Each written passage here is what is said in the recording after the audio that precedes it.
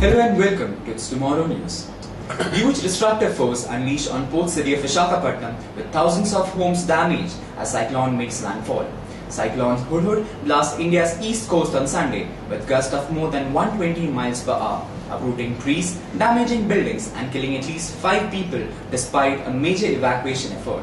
The port city of Visakhapatnam, home to 2 million people and a major naval base, was hammered as the cyclone made landfall, unleashing the huge destructive force it had set up from the warm waters of the Bay of Bengal.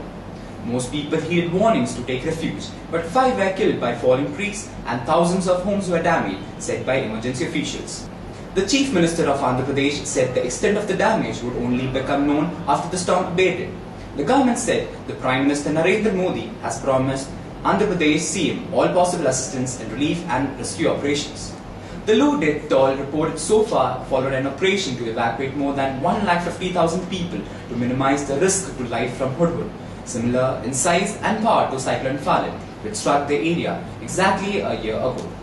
Reverse wind flow will be experienced by the city, which will again have a very great damage potential, as per L.S. Rathod, the Director General of the Indian Meteorological Department (IMD). The IMD forecast a storm surge of 1 to 2 meters above high tide that could result in flooding of low-lying coastal areas around Visakhapatnam and Srikakulam. An operation center in the state capital, Hyderabad, was inundated with calls from people seeking help, including 350 students stranded in their hostel without food and water, said K. Himawati, a top disaster management official.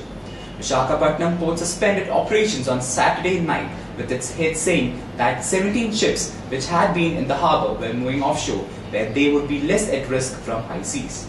The city airport was closed and rail services were suspended. The IMD rated HUDHUD as a very severe cyclonic storm that could pack gusts of 195 km per hour and dump more than 24.5 cm of rain.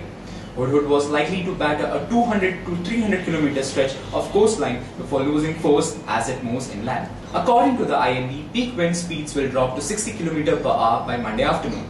HUDHUD is expected to continue to dump heavy rains in northern and northeastern India and eventually snow when it reaches the Himalayas.